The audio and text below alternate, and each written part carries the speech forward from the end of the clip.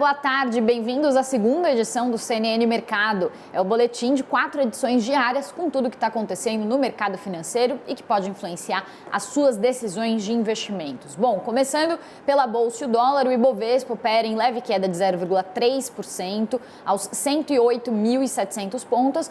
O dólar está estável, com uma leve queda de 0,08% em R$ 5,20. Apesar da leve recuperação das bolsas lá fora, em Wall Street, a bolsa brasileira cai com o temor sobre o risco fiscal afetando as perspectivas de juros. Ainda que a PEC aprovada no Senado tenha ficado com o valor dentro do que era esperado pelo mercado, ontem o comunicado do Banco Central sobre a decisão da taxa Selic acendeu um alerta. O Copom manteve a Selic em 13,75%, como era esperado, mas alertou que o risco fiscal pode adiar a queda de juros no país. A expectativa geral dos economistas era que os juros começariam a cair a partir do primeiro semestre de 2023. Agora já tem economista que acredita que as quedas podem vir só no segundo semestre ou só em 2024, e alguns não descartam uma nova alta de juros, um novo início de ciclo de aperto monetário por aqui. Mas, por outro lado, apesar desses riscos afetarem a bolsa, a alta das commodities impede uma queda mais profunda do Ibovespa.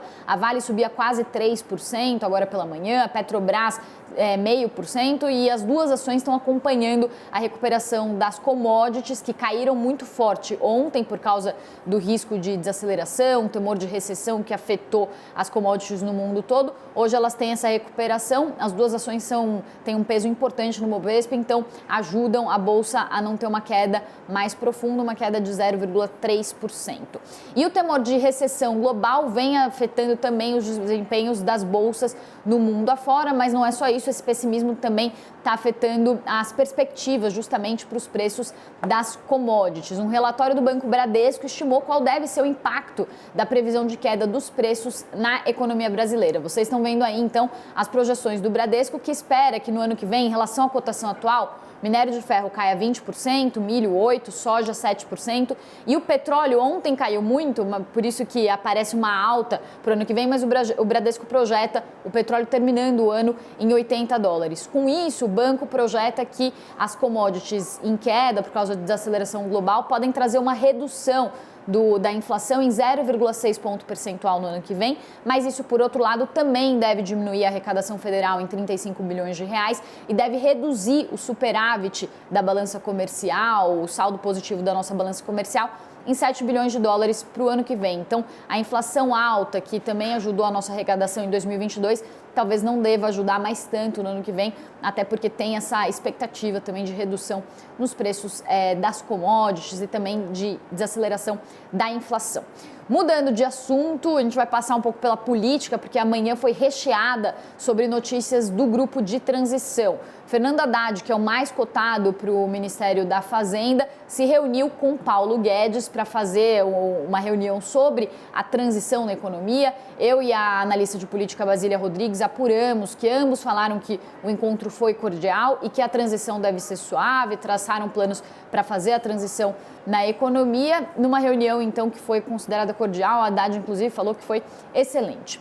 No subgrupo da energia, também dentro da transição da economia, Maurício Tolmasquim também disse agora de manhã que a equipe de transição do governo ficou assustada com o diagnóstico do setor elétrico, que vê uma herança ruim do governo Bolsonaro, e também falou que essa herança soma 500 bilhões de reais e que talvez os consumidores tenham que pagar por essa conta, teriam que pagar por essa conta, mas que eles estão estudando formas dentro do grupo de transição de evitar que essa conta de 500 bilhões de reais, que é uma herança do governo Bolsonaro, seja paga, então, pelos consumidores. E teve ainda também coletiva sobre o grupo de trabalho de Minas e Energia, mais especificamente falando sobre Petrobras. O coordenador do grupo de transição, o Aloysio Mercadante, disse que o aumento da capacidade de refino da Petrobras pode ajudar o governo a ter uma política de preço de combustível menos atrelada à taxa de câmbio, algo que causa calafrio no mercado, falar sobre mudança na política de câmbio, mas então o grupo de transição falando sobre essa possibilidade de